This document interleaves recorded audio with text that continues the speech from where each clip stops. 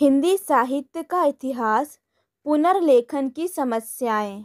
हिंदी साहित्य के इतिहास के पुनर्लेखन की आवश्यकता है। इस विषय में दो मत नहीं हो सकते। इसके दो स्पष्ट कारण हैं: साहित्य चेतना का विकास और नवीन शोध परिणाम। प्रत्येक युग में साहित्य चेतना में निरंतर परिवर्तन या विकास होता रहा है। वर्तमान युग का साहित्य चिंतन वैसा नहीं है जैसा आचार्य शुक्ल के समय में आज से 40 वर्ष पूर्व था। यद्यपि साहित्य के मौलिक प्रतिमान अधिक नहीं बदलते, फिर भी बदलते हुए युगबोध के कारण परिप्रेक्ष्य, प्रविधि, प्रक्रिया आदि में परिवर्तन निश्चय ही होता है। दूसरा प्रमुख कारण ये है कि पिछले दशकों में हुए निरंतर अनुसंधान के फलस्वरूप प्रचुर नवीन सामग्री प्रकाश में आई है और अनेक स्वीकृत तथ्यों का संशोधन हुआ है, जिनसे पूर्ववर्ती निर्णय और निष्कर्ष अनिवार्यतः बदल गए हैं। इनके अतिरिक्त एक सूक्ष्मतर कारण और भी है। जैसा कि इलियट ने कहा है, केवल अतीत ही वर्तमान को प्रभावित नहीं करता, वर्तमान भी अतीत को प्रभावित करता है। इस तर्क से प्रत्येक युग में साहित्य के नए विकास रूप उसके पूर्व रूपों के मूल्यांकन को प्रभावित करते रहते हैं। उदाहरण के लिए, मिश्र बंधुओं के समय श्रेष्ठ कवियों की जो परंपरा थी, उसमें मैथिली शरण गुप्त, प्रसाद, निराला, पंत आदि के आविर्भाव के बाद निश्चय ही परिवर्तन हो गया। हिंदी महाकाव्य परंपरा में रामचरितमानस और रामचंद्रिका आदि का स्थान निर्धारण करने के लिए प्रिय प्रवास साकेत और कामायनी की रचना के बाद आज फिर से विचार करना पड़ेगा। किसी श्रृंखला में जब नई कड़ियाँ जुड़ती हैं तो संभवतः पुरानी कड़ियों की स्थिति पूर्ववत नहीं रह जाती।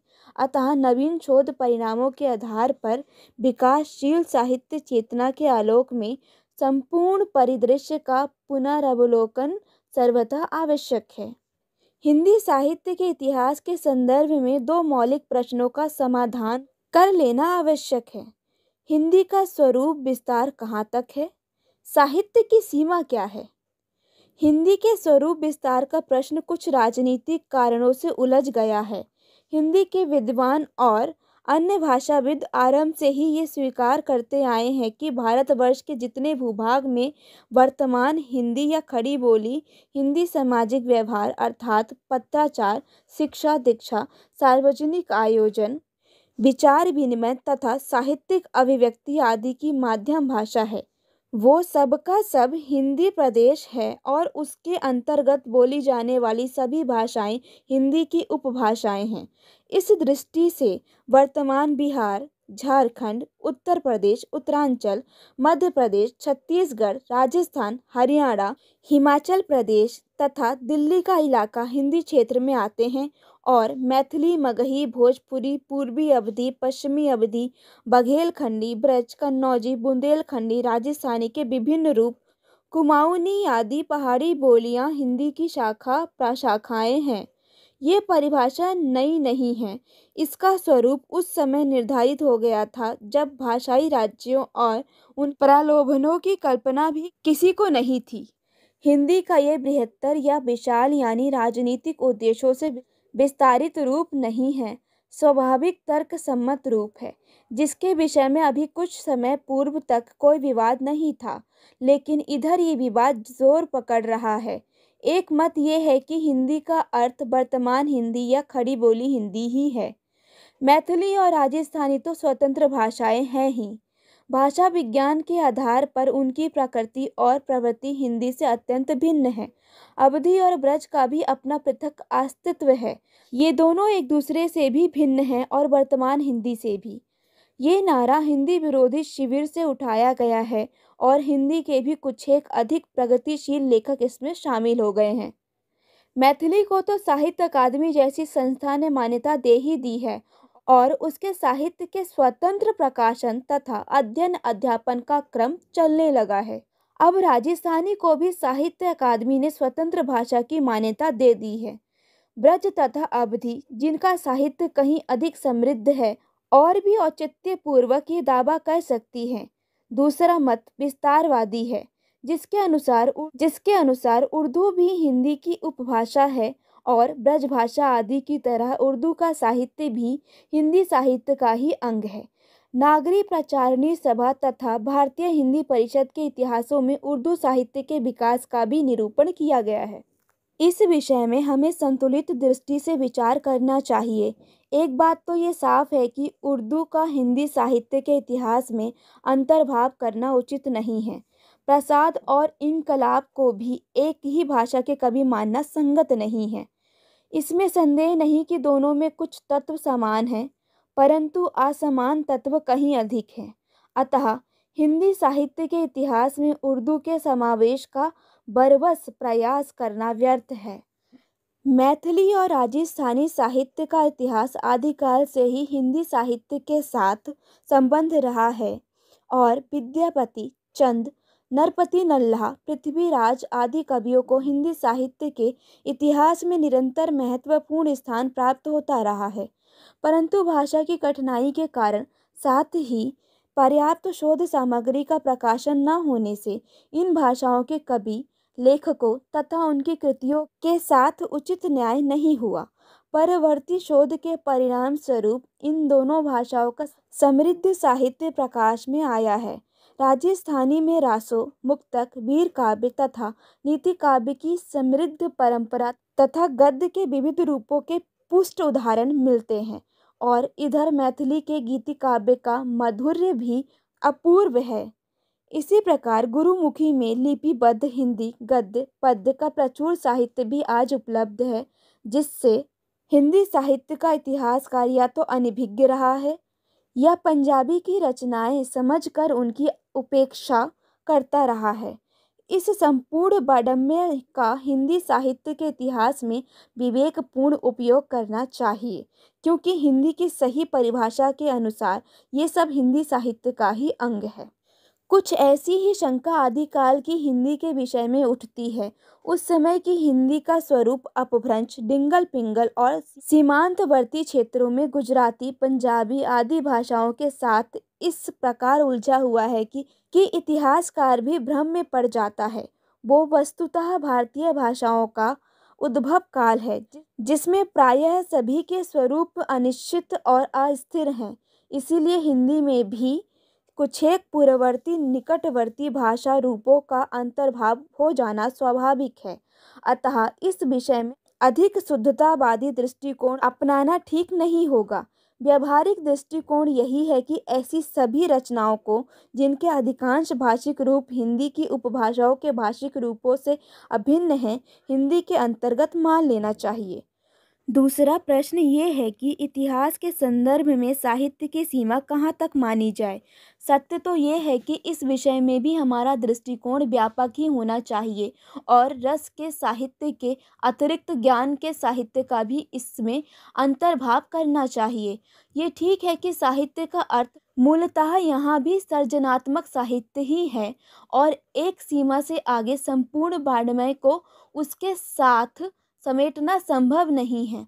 मध्य युग में आयुर्वेद, ज्योतिष आदि शास्त्र तथा सांप्रदायिक साहित्य आदि सभी कुछ पद्य में ही लिखित हैं और गद्य में भी अनेक कच्ची पक्की टीकाएं, वाचनिकाएं, वार्ताएं, ख्यातें और बातें मिलती हैं।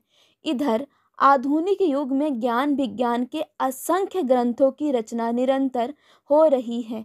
ये सब साहित्य के अंतर्गत तो नहीं आ सकता, लेकिन इस प्रकार समस्त वाङ्मय का नियमतः त्याग करना भी उचित नहीं है। उदाहरण के लिए आदिकाल में रचित गोरखनाथ आदि की वाणी या परवर्ती युग का वार्ता साहित्य शुद्ध साहित्य की परिधि में नहीं आता, किंतु क्या इतिहासकार उनकी उपेक्षा कर सकता है? उनके अभाव में विकास परंपरा की कुछ आवश्यक कड़ियाँ लुप्त हो जाएंगी। आधुनिक काल के आरंभ में रचित स्वामी दयानंद का सत्यार्थ प्रकाश निश्चय ही ललित साहित्य का अंग नहीं है, परंतु क्या आलोचना की भाषा के विकास का अध्ययन उसके बिना संभव है? इसी प्रकार वर्तमान युग में भी ज्ञान के साहित्य के ऐसे अनेक गौरव ग्रंथ हैं जिनका उल्लेख इतिहास में करना अनिवार्य है। एक और भाषा विज्ञान, पाठ विज्ञान, कोश विज्ञान, पत्रकारिता आदि और दूसरी ओर दर्शन, इतिहास, भूगोल, राजनीति शास्त्र आदि के क्षेत्रों की उपलब्धियां कथ्य की दृष्टि से साहित्य के अंतर्गत भले ही नहीं आती, किंतु वे प्रकारांतर से गद्य शैली के विकास में योगदान करती रही हैं। इसका निषेध नहीं किया जा सकता।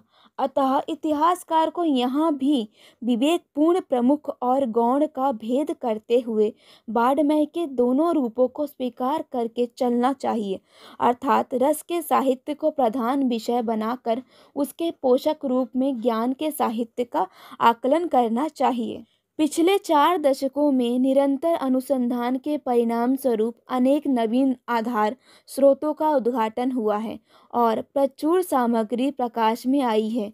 वर्तमान शती के प्रथम चरण तक इस प्रकार के साधन अत्यंत सीमित थे और इतिहासकार को प्रायः सभा की खोज रिपोर्टों या विद्वानों के व्यक्तिगत प्रयासों पर ही निर्भर करना पड़ता था।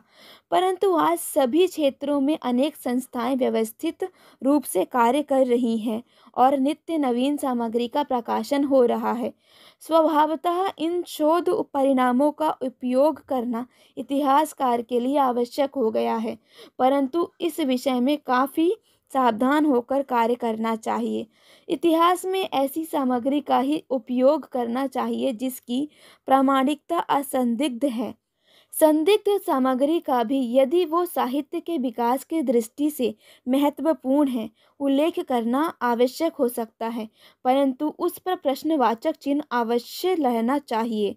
हमारे साहित्य की काफ़ी महत्वपूर्ण सामग्री ऐसी है जिसकी अप्रामाणिकता सिद्ध हो चुकी है, उसके प्रति मोह अनुचित है। इतिहासकार के सामने वस्तु स्थिति को स्वीकार करने के अतिरिक्त और कोई विकल्प नहीं है, किंतु प्रामाणिकता के प्रश्न पर भी अत्यंत सतर्कता की आवश्यकता है। प्रत्येक नवीन शोध परिणाम प्रामाणिक नहीं होता। प्रमाण सिद्ध स्थापनाओं को भी समय सिद्ध होने में देर लगती है, अतः नवीनतम के प्रति आग्रह भी इतिहास का गुण नहीं है। जिस प्रकार अप्रामाणिक मान्यताओं से चिपके रहना गलत है, उसी प्रकार हर नई कच्ची पक्की स्थापना के आधार पर समय सिद्ध धारणाओं को नकारना भी खतरनाक है। इतिहास के क्षेत्र में मौलिकता का केंद्र बिंदु है परिकल्पना अर्थात विकास परंपरा का परिवर्तन। वास्तव में इतिहास लेखन ऐतिहासिक अनुसंधान का पर्याय नहीं है।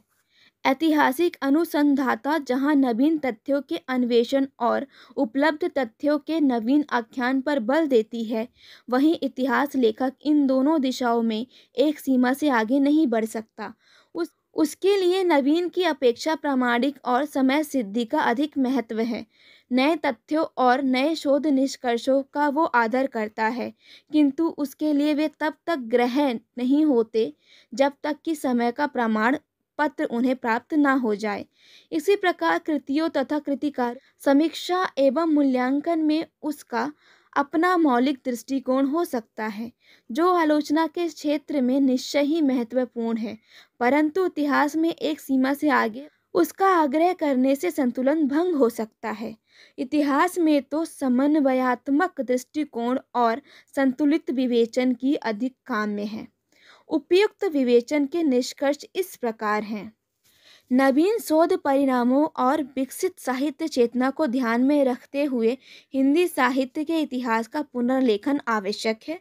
ऐतिहासिक दृष्टि और आलोचना शक्ति से युक्त एक लेखक यदि ये कार्य संपन्न कर सके तो उत्तम होगा, किंतु यदि ये संभव ना हो तो निश्चित परियोजना के अंतर्गत निर्देशक सिद्धांतों का निर्धारण कर कुछ लेखकों का समुदाय घनिष्ठ संपर्क सहयोग के आधार पर यह अनुष्ठान पूरा कर सकता है। शैली भेद होने पर भी ऐतिहासिक परिदर्शन की एकता इस प्रकार के समावेत प्रयास में एकान्विति स्थापित कर सकती है। अभी आप सुन रहे थे हिंदी साहित्य का इतिहास पुनर्लेखन की समस्याएं। ये विषय हिंदी साहित्य का इतिहास डॉक्टर नगेंद्र की पुस्तक से लिया गया है। अधिक जानकारी के लिए और इस पुस्तक के बारे में आगे सुनने या पढ़ने के लिए हमसे जुड़े रहें। धन्यवाद। फिर मुलाकात होगी इसी किताब के अगले अध्याय के साथ।